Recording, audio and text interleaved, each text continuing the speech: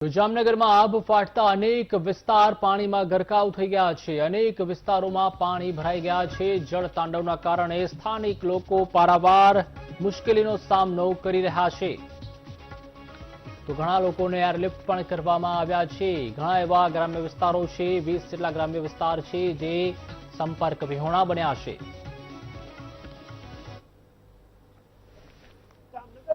છેલ્લા લગભગ 12 કલાકથી અનરાધાર વરસાદ વરસી રહ્યો છે। છેલ્લા 4 કલાકની વાત કરવામાં આવે તો 4 ઇંચ વરસાદ વરસી ચૂક્યો છે। આપણે અહીં છીએ જામનગરનો જે વોરાનો હજીરો છે, જે વિસ્તારમાં છીએ ત્યાં જોઈ શકો છો કે સમાણા પાણી ભર્યા છે। હજુ પણ પાણીનો પ્રવાહ છે તે સતત વધી રહ્યો છે। એટલે કે ક્યાંક ને ક્યાંક કહી શકાય કે ઉપરવાસ વિસ્તારમાં જે પડેલા એટલે કે જામનગર તાલુકાના ગ્રામ્ય પંથકમાં પડેલા ભારે વરસાદના કારણે ઘોડાપુર વચુટિયા છે, જ્યાં રણજીત સાગરને ડેમની જે સપાટી છે ઓળંગીને આજે નાગમતી નદીનું પૂર છે તે આ ઓરાના હજીરેથી પસાર થઈ રહ્યું છે। અહીંના લોકો પણ પારાવાર હાલાકીનો સામનો કરી રહ્યા છે। અહીંના જે લોકો છે તેને સમાજસેવી સંસ્થાઓ દ્વારા પણ જે છે ખાદ્ય સામગ્રી પહોંચાડવામાં આવી રહી છે। આપણી સાથે અમુક જે સેવાભાવી સંસ્થાના જે લોકો છે તે જોડાયેલા છે। કેટલા લોકોને તમે સહાય કરી છે અને કેવી પરિસ્થિતિ છે?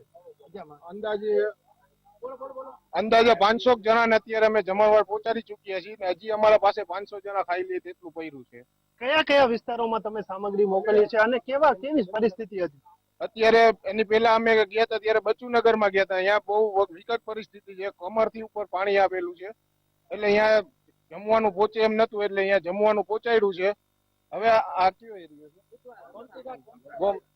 શમશાન સોનાપુરી પાસે આવેલ છે, અહીંયા પણ એ જ પરિસ્થિતિ છે। અહીંયા કોઈને જમવાનું મળેલ નથી, તેથી અમે અહીંયા જમવાનું પહોંચાડીને અમે સેવાનું કાર્ય કર્યું। આપ જોઈ શકો છો કે ભારે વરસાદના કારણે જે જનજીવન અસ્તવ્યસ્ત થયું છે, જેને કારણે લોકોનો જે છે તેને સહાય કરવાની એટલે કે ખાદ્ય સામગ્રીની પહોંચાડવાની જે જહેમત છે તે આ સમાજસેવી સંસ્થાઓ ઉઠાવી રહી છે। હજુ પણ વરસાદનો જે મોસમ છે તે વરસાદનો માહોલ છે તે યથાવત છે। હજુ પણ વધુ વરસાદ પડી શકે તેવી સિચ્યુએશન છે। વહીવટી તંત્ર પણ તૈયાર છે, સાથે સમાજસેવી સંસ્થાઓ પણ તૈયાર છે। Nathu Ramda, VTV news, Jamnagar.